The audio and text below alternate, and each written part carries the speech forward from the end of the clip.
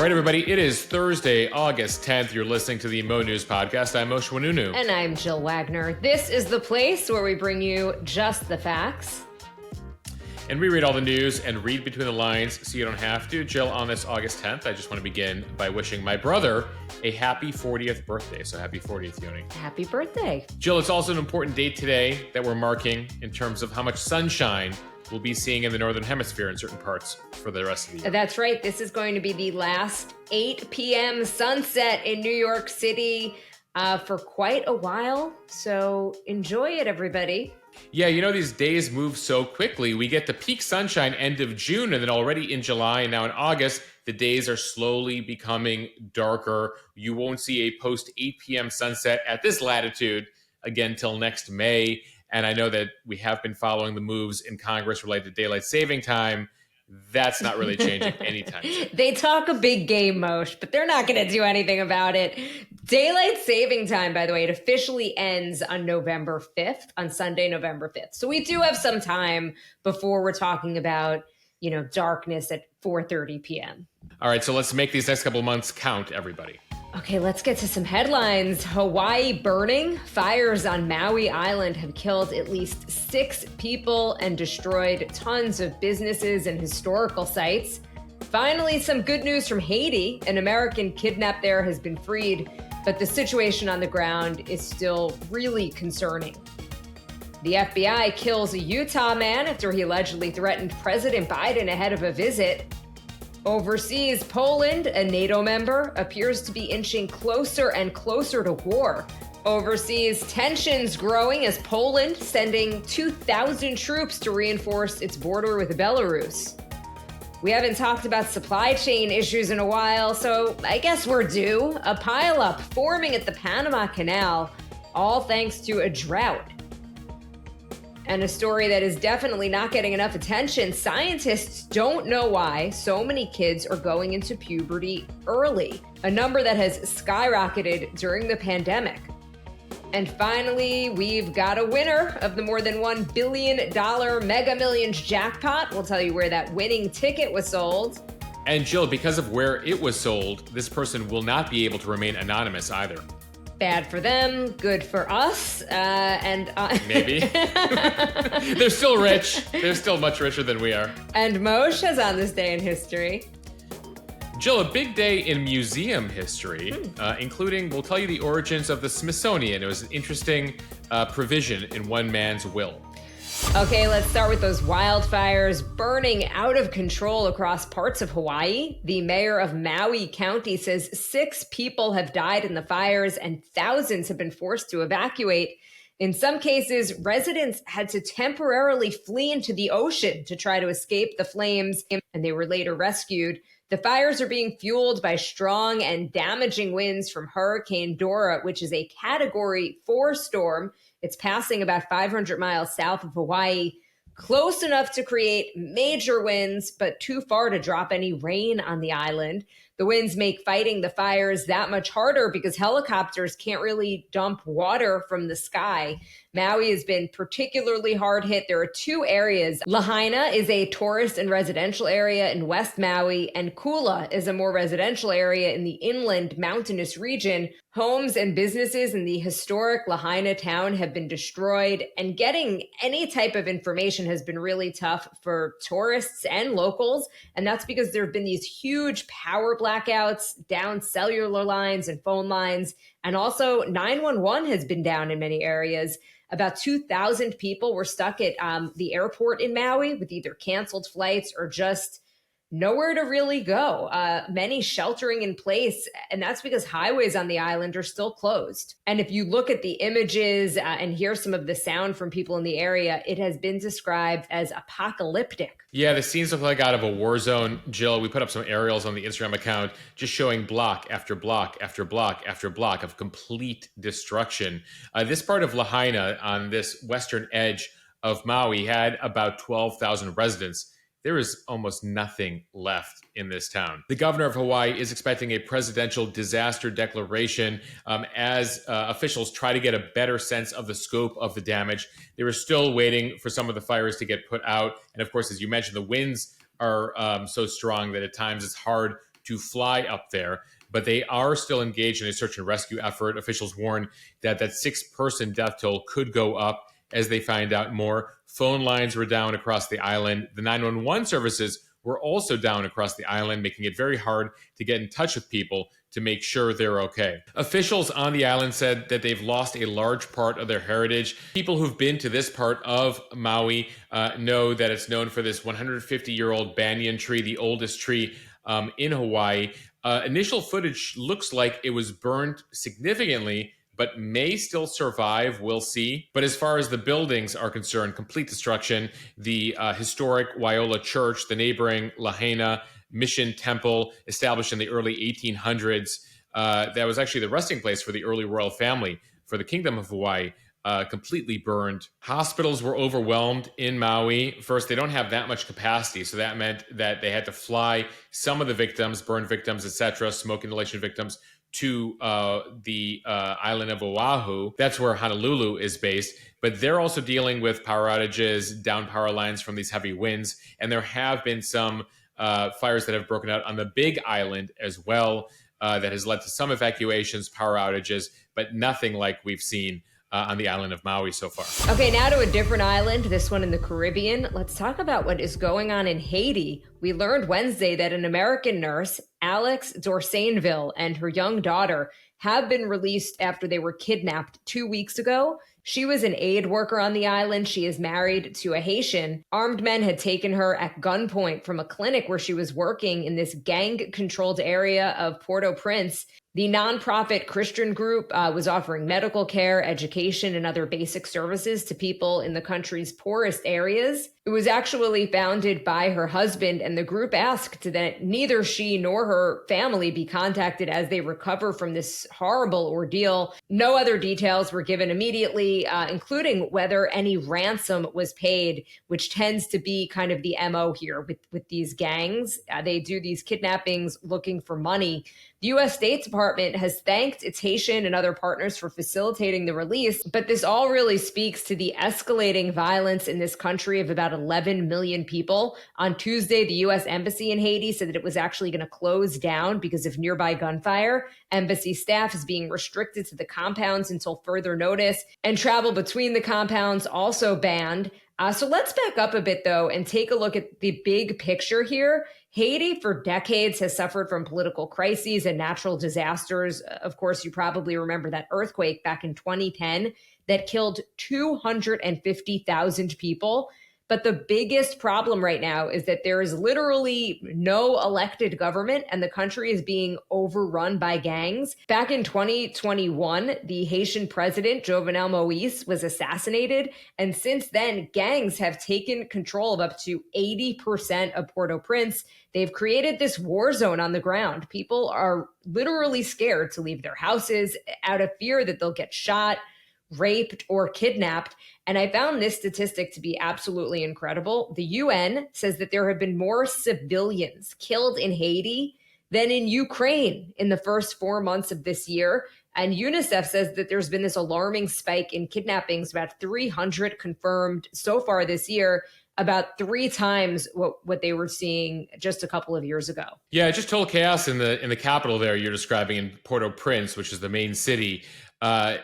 At the same time, it appears some Haitians have had enough. Thousands took to the streets this week to demand security, safety from months of unchecked gang violence, though notably the protesters had to cover their faces to protect their identities because they're scared of retribution from these gangs. The people saying they can't leave their homes anymore. They can't go out. They can't work. The gangs own the streets. The UN Refugee Agency says that more than 70,000 people have fled Haiti in the last year. Honestly, that's probably an underestimate, given the number of Haitians who are showing up on the U.S. southern border, as well as those who are traveling by sea to Florida. The UN saying that nearly half of Haiti's population that's still there need humanitarian assistance and urge the international community to do more to restore stability there. Jill, you mentioned also there's no functioning government in Haiti. This is pretty incredible.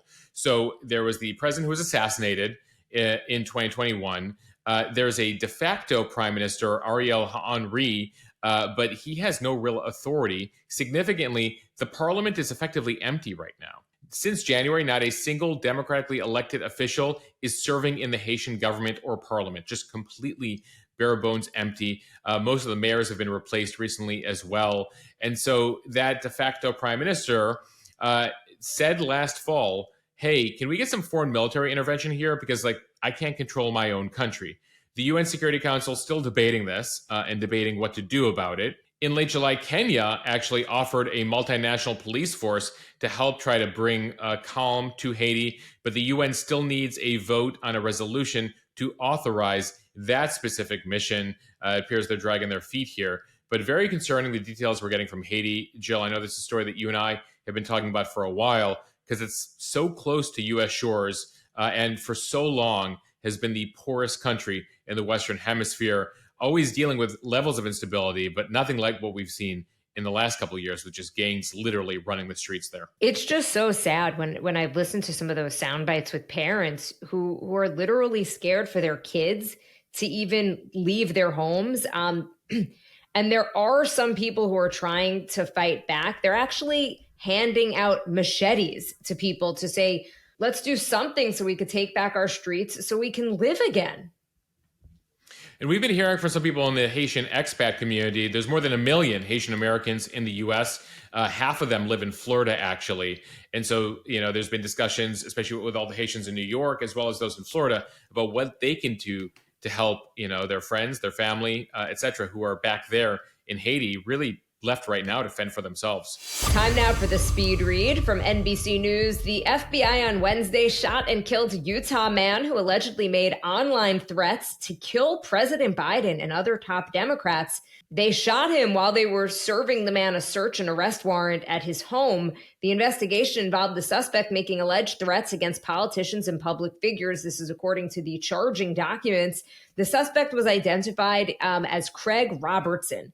On Monday, he made a thread on Facebook referencing Biden's trip to Utah this week, saying that he needed to prepare his camouflage and sniper rifle. Robertson had the, quote, intent to kill at a minimum New York District Attorney Alvin Bragg and President Joe Biden. Again, according to those charging documents, Robertson's threat to Bragg included calling him a political hack linked to George Soros and plotting to assassinate him in a parking garage. Many of these threats are through Facebook. The charging documents said that Robertson mentioned many other politicians, including New York Attorney General Letitia James, U.S. Attorney General Merrick Garland, and California Governor Gavin Newsom. These Facebook posts are really something. We posted several on our Instagram feed. I mean, literally him just making open threats, talking about loading his gun, talking about killing the president repeatedly. And this goes back months. Also, several of the posts have him goading the FBI, saying, the FBI, hey, I know you're watching me. I'm going to kill the president. So a reminder, of course, that we do have freedom of speech in this country, but there are limits on that in terms of making open threats. So clearly the FBI was onto this.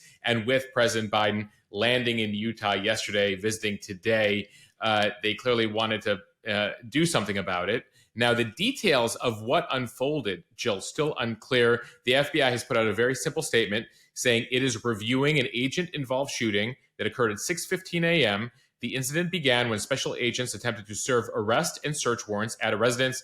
The subject is deceased. So the FBI says they're reviewing this incident. They have the inspection division that goes over what took place. No agents were injured, but still the details of what unfolded, who opened the door, what led to them killing him, still unclear at this point, but it does appear based on his social media that he was waiting for this sort of thing and goading them. And he did have quite an arsenal, according to the charging documents, of guns in his home. Let's head overseas from Reuters. Poland will send 2,000 troops to its front with Belarus as a way to stem illegal crossings and maintain stability. That is twice the number that was actually requested by the border guard. Poland has been increasingly worried about the border area since hundreds of battle-hardened Wagner mercenaries arrived in Belarus last month at the invitation of President Alexander Lukashenko.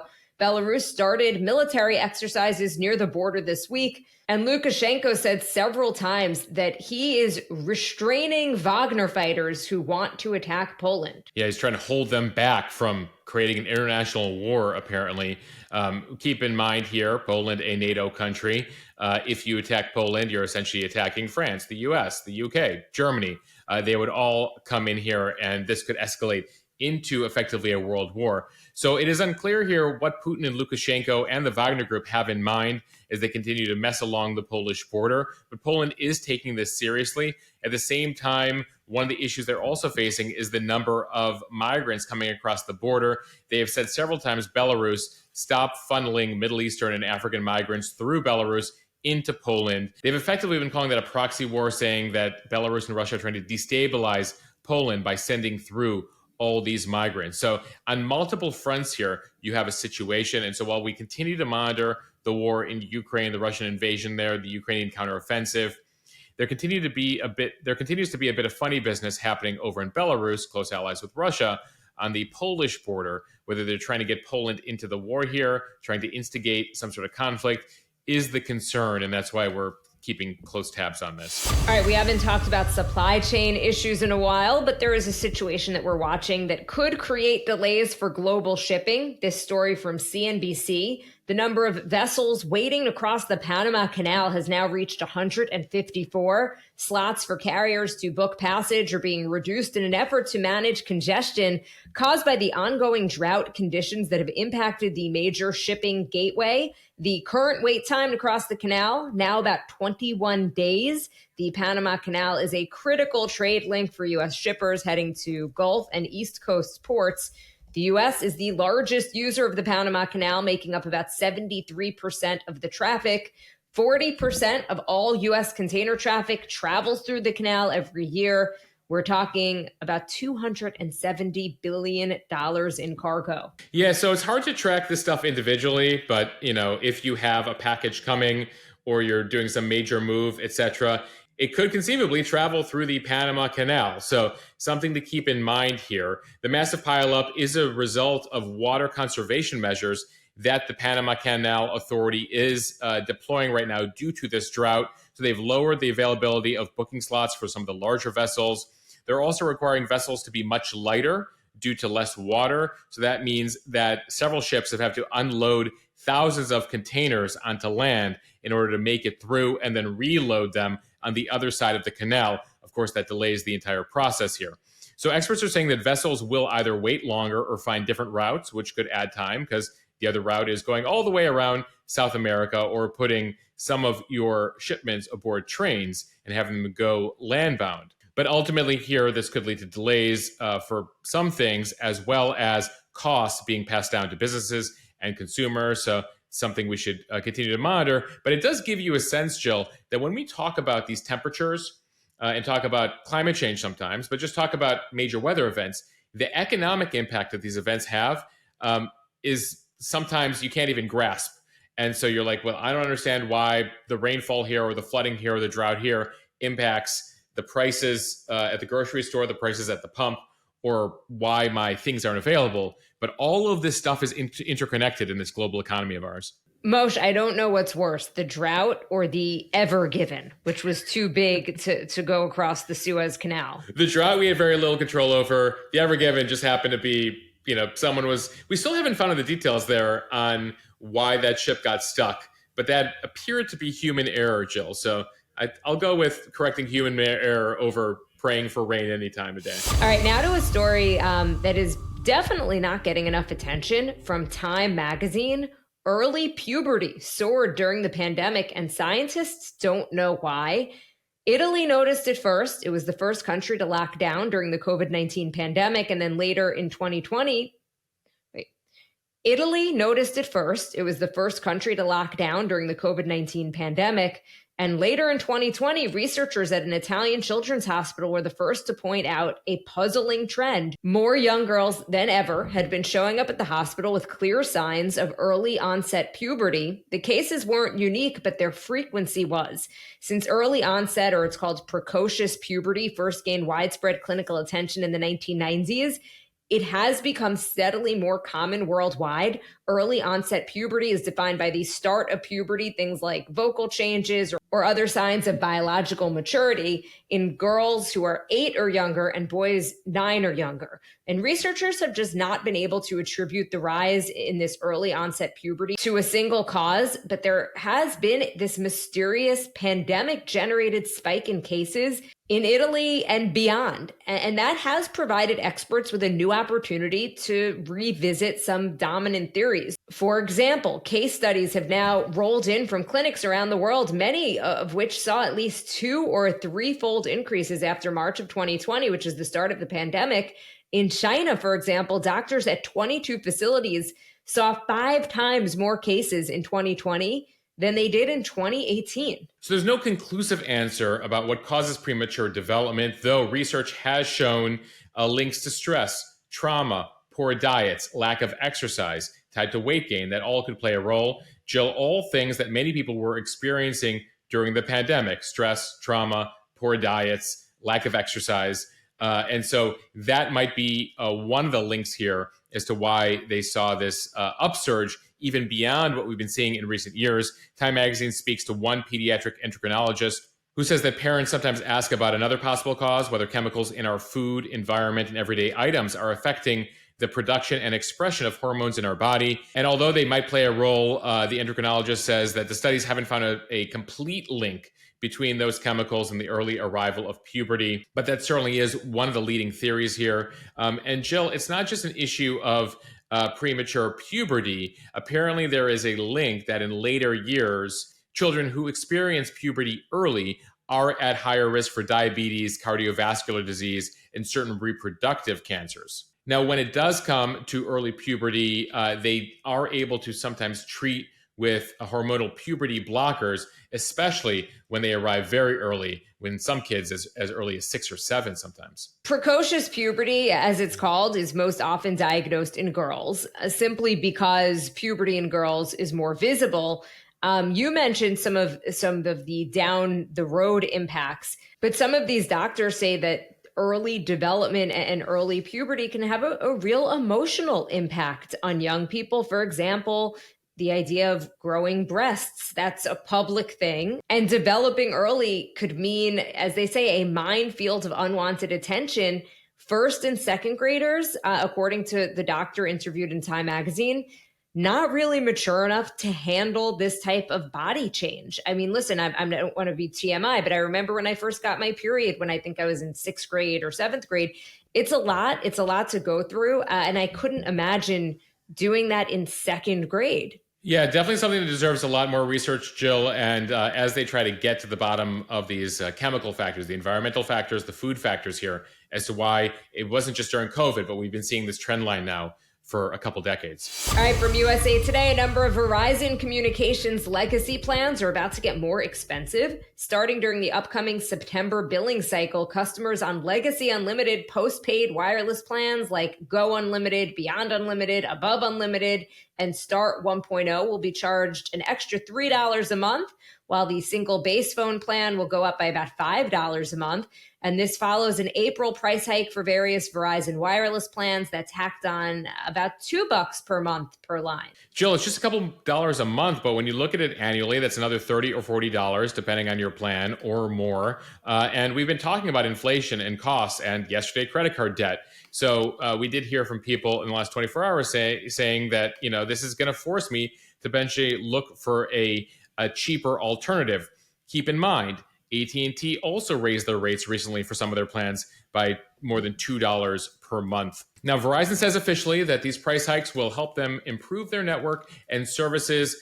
Jill, the bottom line is the bottom line, which is they've seen slower customer growth. Both Verizon and AT&T, slower customer growth when you look at 2022 over 2023. One of the carriers that is growing, T-Mobile, incidentally, while Verizon, AT&T have seen less in terms of subscriber gains. So they're, like we've seen across the board, they're gaining less among new subscribers. So they're going to take their current subscribers and try to make a little more money off of them. And now to somebody who definitely does not need to worry about their phone plan going up by a couple of dollars. There is a winner from NBC Jacksonville. The winning ticket in Tuesday's $1.58 billion Mega Millions drawing was sold at a Publix grocery store in Neptune Beach, Florida. The prize was the largest in Mega Millions history, and now everyone is just waiting for the winner to come forward. Prizes must be claimed within 180 days of the drawing in person at Florida Lottery headquarters in Tallahassee, even if the person who bought the ticket is from out of state. Now, if the winner wants the single payment cash option, they need to claim it within 60 days of the drawing. Jill, they don't need to worry about their cell phone plan, but they do need to worry about all the phone calls. They might have to change their number, frankly, once their name is public, because it turns out, every state is different. But in Florida, lottery winners are not allowed to remain anonymous. Because of the size of the prize, they will be exempt from public disclosure for about 90 days, but we will eventually find out who this person is. I imagine if they're smart right now, they're calling their accountant, their lawyers, and actually figuring out who their cousins are, because many people soon enough will be claiming to have some sort of family link to them. In the meantime, though, what we do know is the Publix in Neptune Beach sold the winning ticket. They're going to receive a $100,000 bonus for selling that ticket. And now the money gets reset. There was no winner from April until this week. The next drawing of Mega Millions, not a shabby $20 million, but certainly not $1.5 billion. All right, now time for On This Day in History, your daily nutritional historical supplement.